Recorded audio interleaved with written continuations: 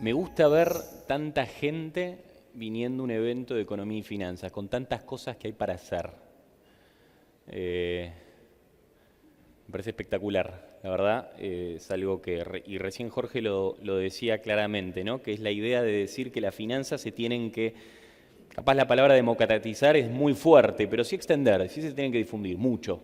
La Argentina en términos de lo que es la TAM, hoy en día todavía el mercado de capitales es ínfimo, es nada. En términos de capitalización el mercado bursátil prácticamente no existe. Cuando uno agarra capaz todo el sistema bancario argentino, la realidad es que el tercer banco de Brasil lo supera. Tenemos muchísimo camino por recorrer. Y el mercado de capitales es muy importante porque es la sangre del organismo, que después obviamente los brazos, el cuerpo, el físico será la economía real, pero el mercado financiero es la sangre que permite canalizar el ahorro hacia la inversión. Vamos a hablar de algunas cuestiones. Vamos a tratar de explicar un poco lo que está pasando. Acá la verdad que hemos tenido muchos idas y vueltas, hay muchas cuestiones que parecen más o menos importantes. Yo creo que el 10 de diciembre, y esto es importante, cuando hay muchas noticias, acordarse siempre del norte, el foco. El 10 de diciembre nos propusimos comenzar un viaje. Nos subimos al auto, ese vehículo, cuando uno mira la evolución argentina, mira la naturaleza de todas las crisis, prácticamente a cualquiera uno le podría llegar a decir, en términos de campo, el déficit fiscal es la chicharrita eterna de la Argentina. Decime cómo lo financiaste y prácticamente te digo cómo es la naturaleza de todas tus últimas crisis, de los últimos 50 años. En ese sentido, me parece que el vehículo en esa ruta, en el camino que íbamos a emprender, eventualmente era justamente la disciplina fiscal. Ahora bien, era un camino largo. No podría decir, bueno, agarra por Brasil, se sube, ruta 2, 400 kilómetros hasta Mar del Plata. Todas las paradas que ya forman parte de la tradición, de la identidad cultural, ¿no?, del bonaerense que va eventualmente a Mar del Plata a pasar las vacaciones. Primero pasa por Chascomús, después pasa por Dolores, Las Armas, finalmente llega a Mar del Plata. Acá hubo muchos parates, hay muchas paradas que uno tiene que pasar antes de llegar finalmente a Mar del Plata. Primero habrá sido justamente tratar de limitar la cantidad, la famosa resaca monetaria que había dejado el gobierno anterior, la cantidad excesiva de pesos que eventualmente complicaba muchísimo la salida o la normalización cambiaria. En segundo puesto era demostrar que el gobierno no era solamente un conjunto de decretos.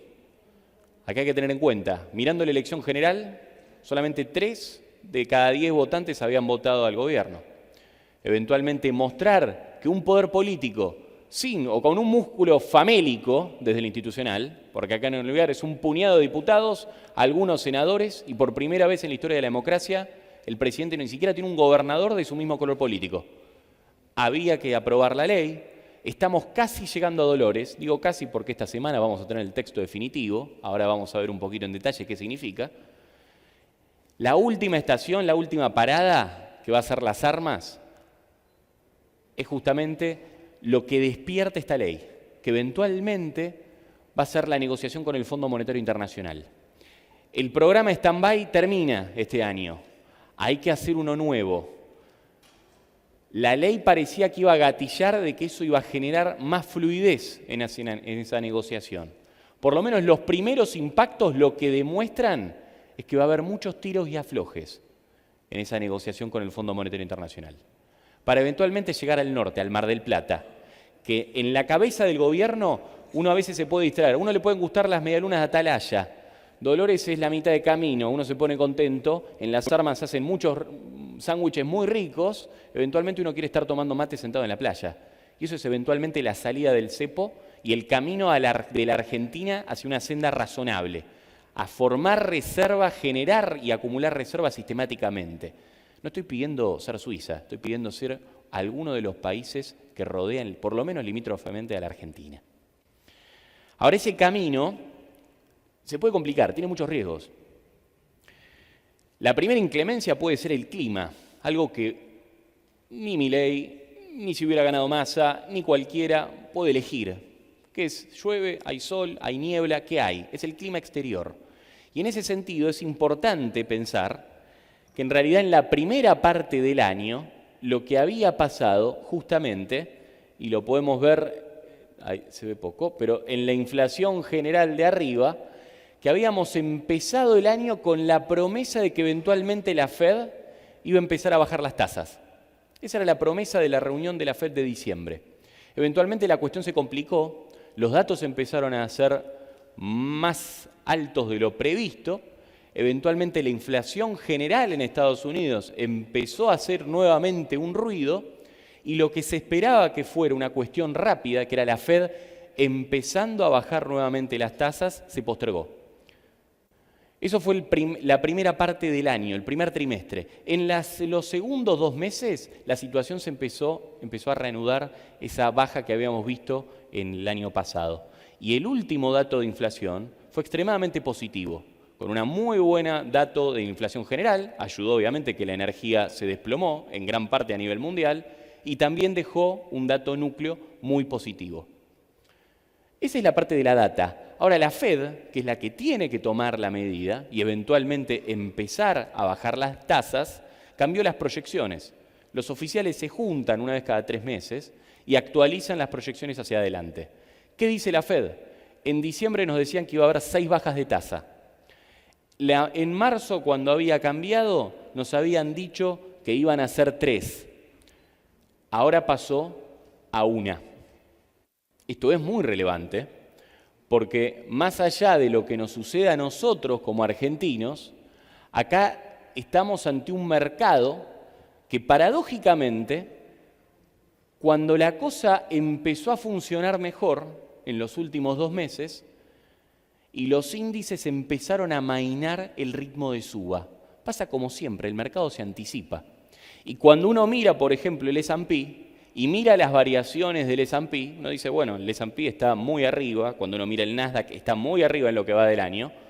Si desagregamos esos movimientos, podemos decir que 1/3 de la performance del S&P es Nvidia.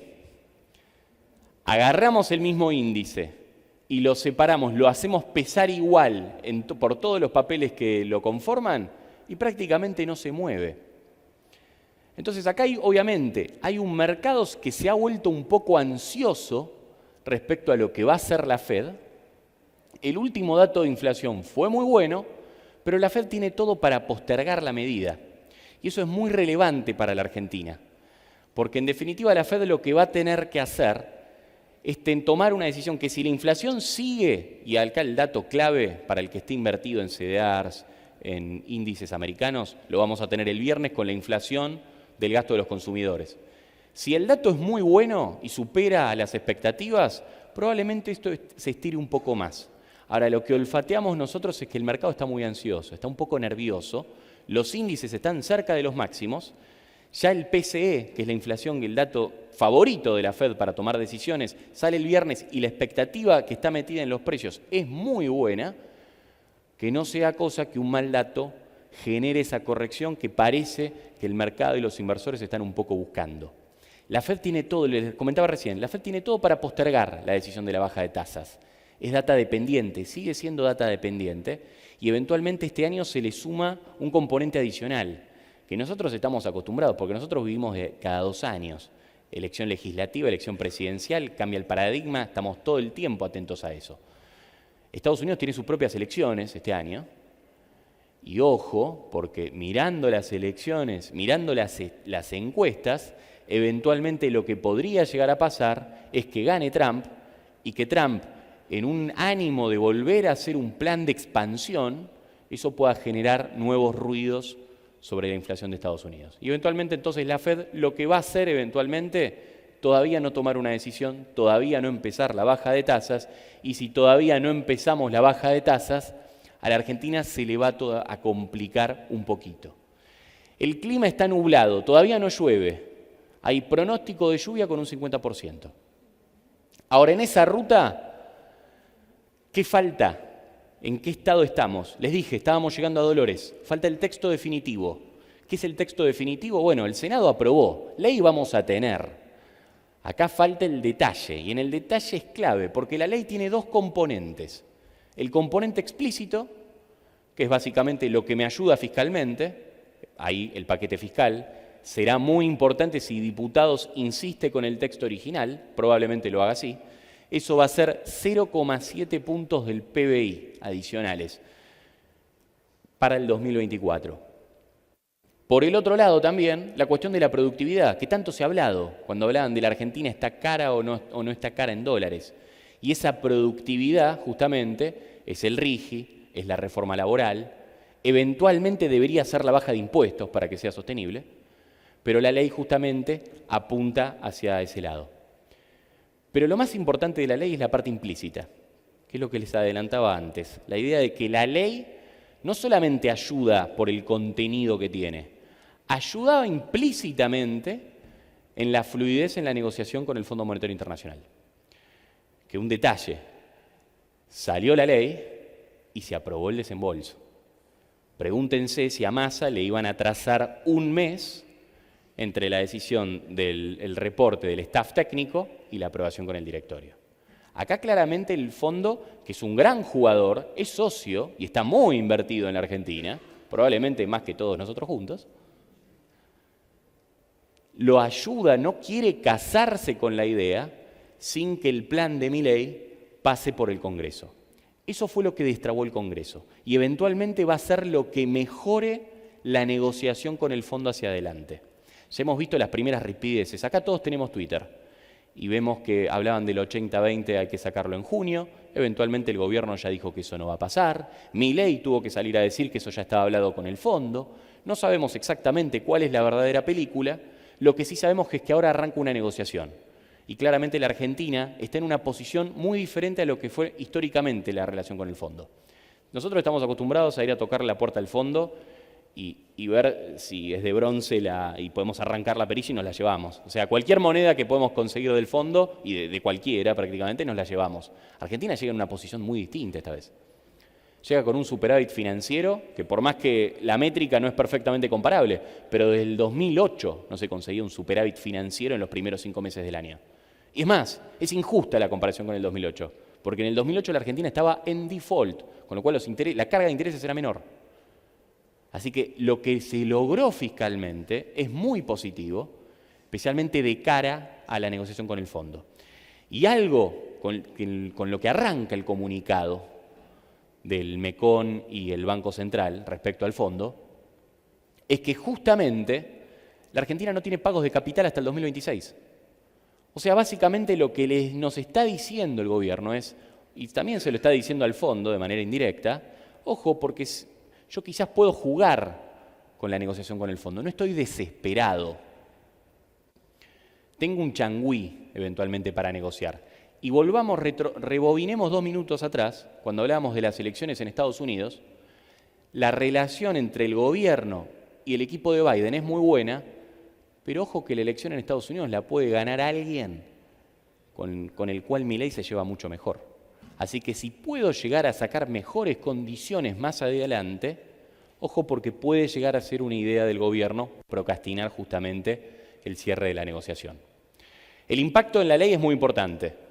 Ahora arranca la segunda parte, los últimos 200 kilómetros hasta Mar del Plata. En el tipo de cambio, la baja fue casi inmediata, esto quedó de la semana pasada, ahora tuvimos un rebote, vamos a hablar del rebote. El CCL está más o menos en 1.310, 1.312 pesos, recién estaba por ahí. Punto muy importante. Cuando uno mira el salto y la volatilidad en los dólares financieros de las últimas semanas, por supuesto, a todos nos llama la atención. Ahora hay que recordar que el que pagó 1.300 pesos antes del balotaje, a plata de hoy estaba pagando un dólar de 2.600 pesos. Si yo les ofrezco dólares a 2.600 pesos, no creo que nadie me levante una mano. Y eso es un punto importante, porque es verdad, el salto llama la atención, no hay que olvidarse de dónde venimos, de ese cambio fuerte de expectativas. Y un dato adicional.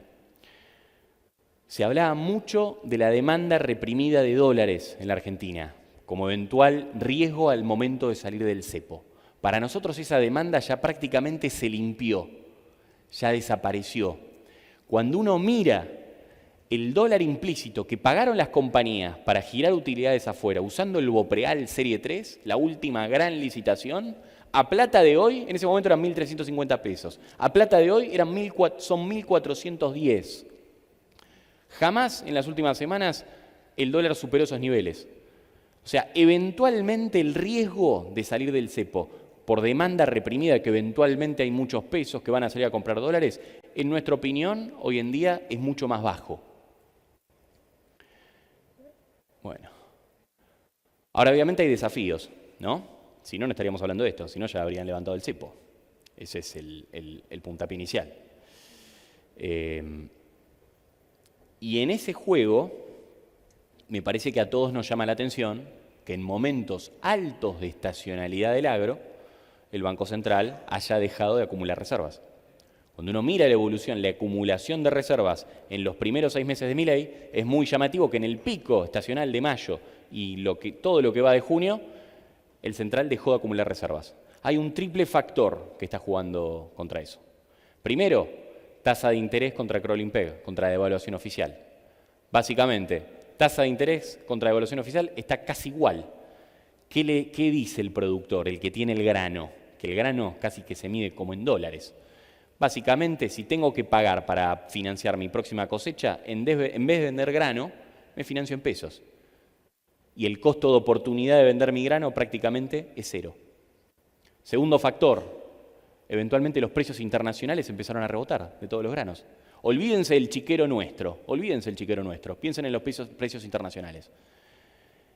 A partir de todo lo que pasó en Brasil, la desgracia que sufrieron los hermanos brasileros, tanto la soja como el maíz empezaron a rebotar.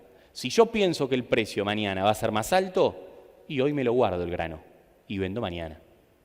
Y el tercer factor, que yo creo que esto llegó a los oídos de Milei de alguna forma, en el sentido de decir, el propio Milei era el que estaba diciendo, y ustedes seguro lo escucharon, estamos en zona de liberación, falta poco, solo tenemos que desarmar los puts y ya salimos, falta poco para la salida del cepo, hablar propiamente del cepo. Eso igualmente es un incentivo justamente para no liquidar la cosecha. Ese triple factor es lo que está generando que hoy en día prácticamente la cosecha está al 100%, ya no le podemos echar la culpa a la lluvia, ya no le podemos echar la culpa a nada, prácticamente se levantó toda la cosecha, en cambio la comercialización de ese grano está en el mínimo de las últimas 7 campañas. Cosechar, cosechamos siempre, ahora vender es otra cosa. Y ese es un punto importante, porque ese es el gran riesgo que hay detrás de no salir del cepo. Uno puede abandonar el cepo o puede que el cepo lo abandone uno. Y en ese sentido, Milei habló mucho de este punto, los puts, los famosos puts, que son instrumentos que en parte son herencia de Massa, la primera parte celeste, todo lo otro son puts que se tuvieron que utilizar en los primeros meses del gobierno también de Milei para asegurar lo que era el rollover de la deuda en los primeros meses del año cuando todavía no estaba ese ancla fiscal tan sólida. Cuando uno lo mira contra base monetaria y contra los pases del Banco Central, entiende justamente que es un monto muy grande, que eventualmente los bancos, que son los tenedores de esos puts, podrían llegar a ejecutarlo y generar mucha más liquidez en el mercado, en la plaza. Ahora, en realidad, yo doy vuelta a la pregunta. Yo hago un depósito a plazo fijo. ¿Alguien sabe o le interesa qué está haciendo el banco con la plata? Si le está colocando en pases, si le está dejando en base monetaria, si está comprando bonos del tesoro y le estaba poniendo los puts o se le estaba prestando al privado de la vuelta. La realidad es que no sabemos, no conocemos. Mientras la plata después vuelva, la realidad es que nos interesa poco. Y ahí es donde está la película de decir, ¿por qué capaz para nosotros los puts no son tan importantes? Porque básicamente acá lo importante no viene de ese lado, viene del que te puede eventualmente demandar dólares. Y ese es el sector privado no financiero. Somos todos nosotros, las compañías. Somos los que tenemos pesos en términos monetarios o en términos de, vendo el SER que me compré la semana pasada, esto no funciona y compro dólares. Y ese total de plata medido al dólar financiero, está muy por debajo, por ejemplo, de julio del 2019. Entonces, la idea de la demanda reprimida de dólares para nosotros está casi desaparecida. El gran riesgo eventualmente de la salida del cepo tiene que ser el efecto en los precios de esa devaluación. Cosa que en realidad nos faltan dos datos claves. El primero es cómo va a ser el próximo esquema cambiario monetario. Che, ¿realmente vamos a una dolarización? Che, ¿qué es la competencia de monedas? Porque competencia de monedas podemos decir que hoy estamos en una competencia de monedas. Ley de Gresham se cumple siempre. ¿Cómo va a ser el esquema? Y eventualmente, ¿va a seguir la disciplina fiscal? ¿Va a haber un acuerdo con el fondo? La idea de la confianza y la expectativa, esa es la clave para que eventualmente cuando se normalice el tipo de cambio, no se puede usar la palabra devaluación porque es mala palabra hoy, pero ojo porque la devaluación hay que restarle la connotación negativa si eventualmente es la última y si esa devaluación viene acompañada de la normalización cambiaria. Bueno, esto poco, no se ven los números, pero sí lo que me gustaría mencionar, que es tanto la idea que está muy de moda ahora, y el gobierno le está haciendo mucho hincapié, va a haber una licitación esta semana, probablemente se sigue incentivando este punto, pero acá hubo una rotación muy grande de lo que era deuda del Banco Central por deuda del Tesoro. Lo dice Milei, lo dijo Milei los últimos meses. Fue el desarme de pases y incrementar LECAPs. Ahora, y muchas de las críticas eran, che, cómo está aumentando la deuda del Tesoro, che, cómo está bajando la vida promedio de la deuda del Tesoro. Desde nuestra óptica, en realidad, lo que hay que pensar es, bueno, a ver, la deuda del sector público hay que mirarla consolidada.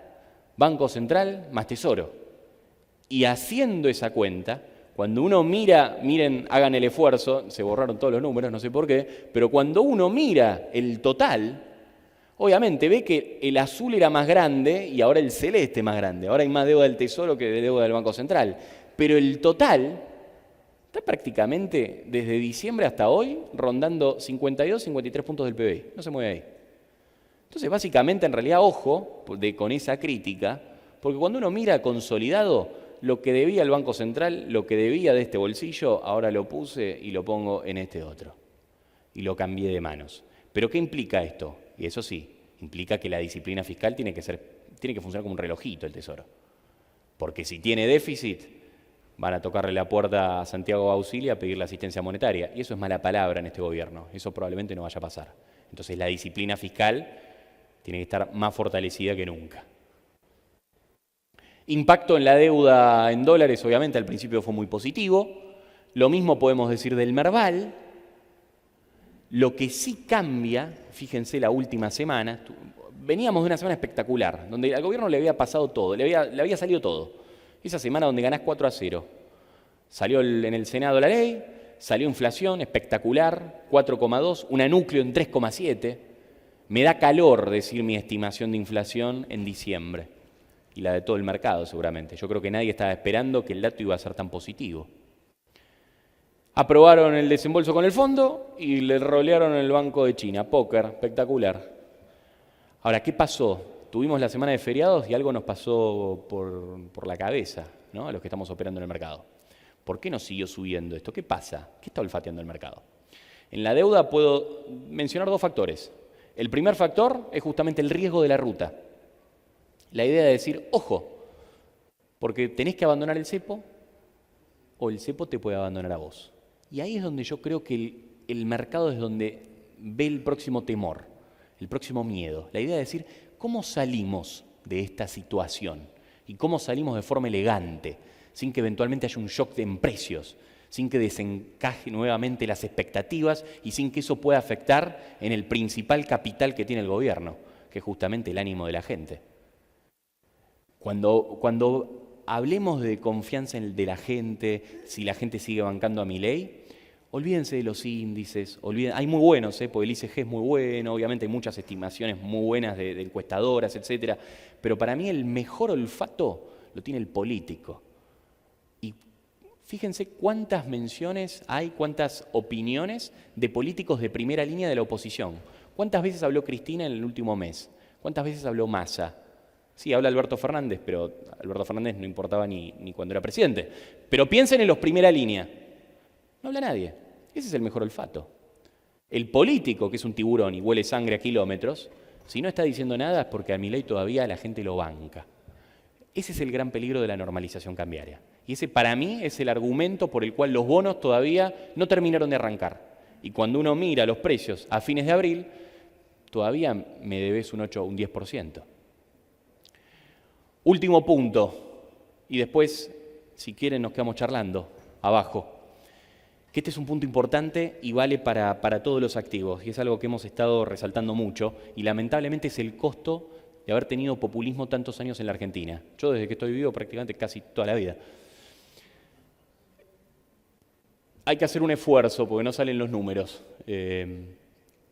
La curva azul, todas estas curvas son probabilidades acumuladas de default. Esto se calcula matemáticamente de los seguros de default que venden los bancos en el exterior, que se los venden obviamente a bonistas del exterior, todos de Argentina. Si Argentina defaultea, yo te lo pago. Es un seguro. Como se prende fuego la casa, te la pago, te la paga Zurich, la que sea. Bueno, esto el CDS que te emite un banco. El azul oscuro es la probabilidad acumulada de default a un año. Fíjense cómo reaccionó. Ese pico que ven ahí era 70% de probabilidad de que Argentina defaulteara en un año, justo antes del balotaje. Fíjense cómo cambió ante acumulación de reservas más disciplina fiscal. Espectacular, es lo que quiere el bonista. A un año, con los datos que tenemos, está todo bien. Ahora miren la negra. ¿Alguien se imagina qué es la negra? ¿A qué plazo? 10 años. Que la Argentina es un seguro de default para un default potencial de Argentina a 10 años. Seguro todos lo quieren comprar, ¿no? Porque eventualmente somos argentinos y nos hemos criado en esa cultura.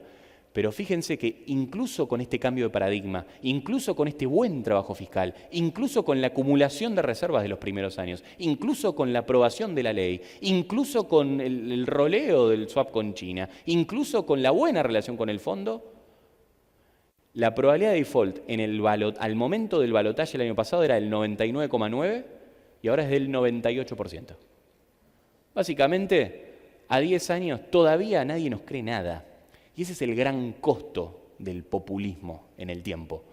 La idea de decir, para que Argentina lo consideremos un país creíble en el largo plazo, todavía falta mucho. Hacen falta cambios de productividad, hace falta sostener esta disciplina fiscal, hace falta bajar impuestos, hace falta volver más productivo el país hacia adelante. Y para eso falta tiempo. Ahora, ese es el vaso medio vacío, y obviamente no es para retarnos a nosotros, pero miremos el vaso medio lleno, la idea de eventualmente, que recién lo escuchaba Jorge, que estaba caminando por acá, y dijo algo muy cierto. Yo no lo viví el comienzo de los 90, pero el comienzo de los 90, la idea de decir el ánimo, los inversores que vienen de afuera, eventualmente el cambio de expectativas. En la Argentina tuvimos un montón de ventanas de esperanza, todas se cerraron de un portazo. Pero bueno, esta todavía está abierta, todavía puede cambiar la Argentina. Y eventualmente el cambio de paradigma, que es un montón, pero lo que podemos ver en los precios es que todavía no está paralizado. Y nosotros como inversores no tenemos que ir a buscar lo mejor ni lo peor, tenemos que buscar cosas que están fuera de su valor. Y yo creo que la Argentina, si mantiene este sendero, eventualmente de disciplina fiscal, y logra eventualmente la economía empezar a despegar, que eso es clave, que el consumo real empiece a subir, que los salarios reales, en términos reales, empiecen a rebotar, yo creo que eventualmente este cambio de paradigma lo vamos a empezar a ver metido en los precios. Camino largo, camino muy duro, los primeros 6 meses fueron terribles, nosotros estamos acá sentados, bueno, podrían estar haciendo otra cosa más divertida, pero están bastante bien. Eventualmente, obviamente, hubo mucha gente que la pasó mal. Ojalá que este trabajo sucio, duro, sirva para algo en el largo plazo en la Argentina. Han sido muy amables, muchas gracias.